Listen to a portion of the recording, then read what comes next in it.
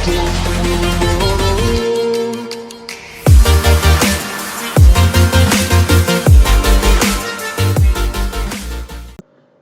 welcome to Cyber Forex Academy teman-teman. Di kesempatan kali ini gue mau bahas yang namanya support and resistance, dan gue akan bahas dengan basic support and resistance. Oke, jadi nggak ada support area, nggak ada resistance area, just the support and resistance only. Itu sudah banget bantu teman-teman buat trading, buat open position, buat tidak terjerumus ke dalam perlawanan tren, tidak terjerumus ke dalam floating yang berhari-hari dan gila-gilaan itu. Oke, caranya paling gampang teman-teman. Dengan adanya support resistance, buat gua jelasin dulu. Support itu adalah batasan bawah kalau gua sebutnya. Jadi tahanan bawah gitu. Ada 2 atau 3 support per harinya, berarti ada 3 tahanan bawah, dan resistance itu adalah tahanan atas. So, support yang sudah dilalui harga kan otomatis supportnya pindah jadi ke atasnya. Oke, kalau sudah pindah ke atasnya, berarti ini namanya sebuah resistance. Tapi kalau harga masih di sini, ini namanya sebuah support. Ya, seperti itu aja. Oke, caranya mudah. Gua akan bikin 2 macam. Yang pertama adalah kita main di time frame besar. Oke, jika kita membuat support and resistance di time frame misalkan D1, kita jangan bermain di D1-nya. Kenapa demikian? D1, support dan resistance D1 itu tidak begitu kuat di D1, melainkan kuat di time frame kecil, H1 atau H4 itu boleh. Oke, seperti itu dan seterusnya. Jadi gua akan bikin yang pertama cara dari daily-nya, yang kedua main time frame kecilnya seperti apa. Oke, kita akan mulai. Ini adalah grafik Euro USD, di mana gua akan pakai ini buat daily. Caranya adalah yang paling gampang, bikin jadi line chart. Oke.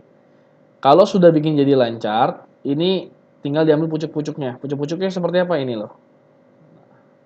Jadi ke sini dulu, draw horizontal line, bikin ke sini. Kita ganti warnanya deh. Warnanya misalkan ya biar lebih adem. 1, 2, 3, 4 di sini, ada pucuk juga di sini, ada pucuk juga di sini. Ada pucuk di mana lagi? Oh, di sini. Oke, habis. Sudah kepake semua. Nah, dengan kita sudah membuat seperti ini, artinya saya membuat 4 buah support dan 3 buah resistance dalam kondisi market seperti ini. Kalau udah tembus ke atas ini gimana Pak? Cari terus sampai ketemu.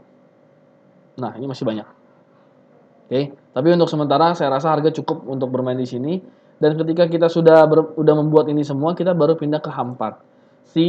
Nah, teman-teman di H4 juga ada yang namanya support and resistance. Cuma kita nggak gambar lagi karena tadi sudah gambar di daily. Artinya, pergerakan dalam 1 sampai 3 hari ke depan, harga akan bergerak di antara 17787 sampai dengan 1.18404. Seperti itu cara bacanya.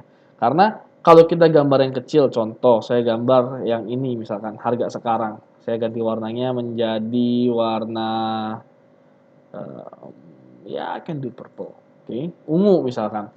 Ini adalah support and resistance di time frame H4-nya, yang artinya akan sangat bisa tertembus di kondisi H4-nya juga, gitu loh. Jadi apa yang saya lakukan, saya tidak melihat garis ungu ini, saya cuma melihat garis yang hijau ini, dari 177 ini sampai sini, di mana harga saya prediksi dari sini, dari tanggal 12 kemarin akan menuju ke sini, seperti itu. Kalau untuk membacanya. Ini kita ganti ke candle ya. Nah, jadi ketika candle sudah terjadi, inilah yang disebut dengan support and resistance. Inilah yang disebut dengan batasan-batasannya. Kenapa? Kalau dalam waktu H4 ini dia mencapai ke support daily-nya, kemungkinan dia akan lebih mantul. Kemungkinan besar dia akan mantul daripada dia breakout. Jadi, teman-teman bacanya gampang. Ketika dia sampai support, mungkin bisa buy. Ketika sampai resistance, mungkin bisa sell. Ini yang saya pelajari dari pengalaman saya. Karena jika dia breakout, kalau kita main di antara garis hijau ini, cut loss-nya akan sangat kecil atau SL-nya akan sangat kecil, di mana memudahkan teman-teman sehingga meminimalisir resiko. Seperti itu. Ini kita jika bermain H4. Nah, H4 ini sendiri kan bergerak candle-nya per 4 jam. Otomatis untuk dari sini mau ke sini membutuhkan waktu. Nah, sekarang saya akan berikan contoh ke teman-teman juga bagaimana kalau main di time frame kecil. Oke, kita ganti pair-nya. Ini pair favorit orang Indonesia, gold. Saya misalkan mau bermain di, saya ambil H1 ya. Saya ambil H1, caranya sama. Caranya sama, kita ganti. Jadi ini line chart. Lalu kita bikin deh pucuk-pucuknya ini.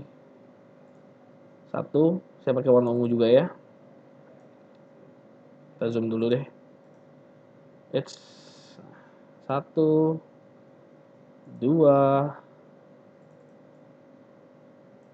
Ini termasuk ya teman-teman ya. 3. Ini juga termasuk 4. Yes. Seperti yang teman-teman sadari, semakin kecil time frame-nya, support resistannya akan semakin banyak. Ini baru H1. Gimana kalau yang M15? Teman-teman lihat, saya menggambar ini dari grafik yang sebelah kiri ya teman-teman ya. Dari grafik yang sebelah kiri, di mana ternyata di sebelah kanan terjadi hal yang serupa. Dia pasti akan memantul atau false break, ini kayak gini kita sebutnya false break. Dia akan memantul di support resistance-nya. Ini kayak begini, ini sebenarnya ada nih di sini. Ketemu. Nah, ini yang terjadi jika saya menggambar support resistance di H1. Terjadi banyak sekali.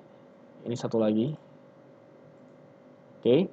Dan jika ini saya pindahkan ke M15, nah, terlihat juga range-nya.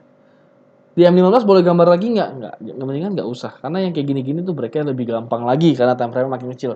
Jadi semakin kecil time frame, semakin besar kemungkinan ketika dia menyentuh support resistance untuk break. Oke. Ini support resistance yang berbeda dengan support resistance yang saya berikan di analisa daily, di analisa harian saya. Karena untuk analisa harian saya itu support resistance yang saya berikan adalah support resistance daily-nya, di mana setiap hari dia baru berubah. Sedang kalau di M15 akan muncul pucuk-pucuk baru seperti ini. Oke.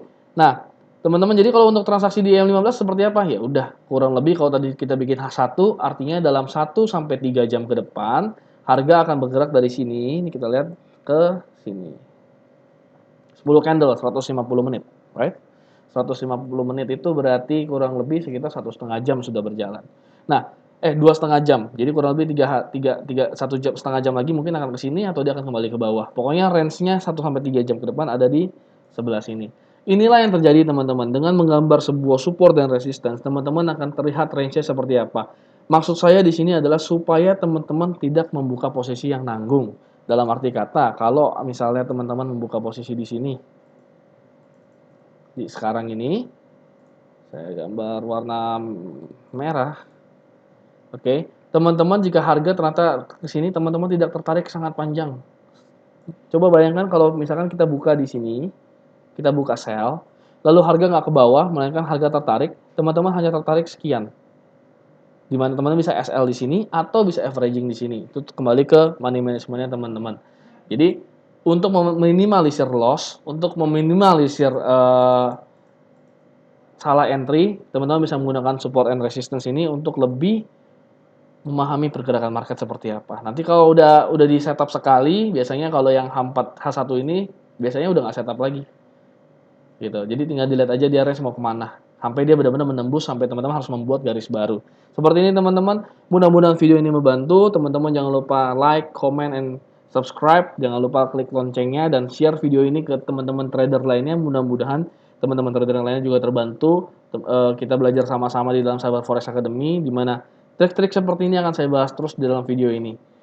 Terima kasih teman-teman, and see you.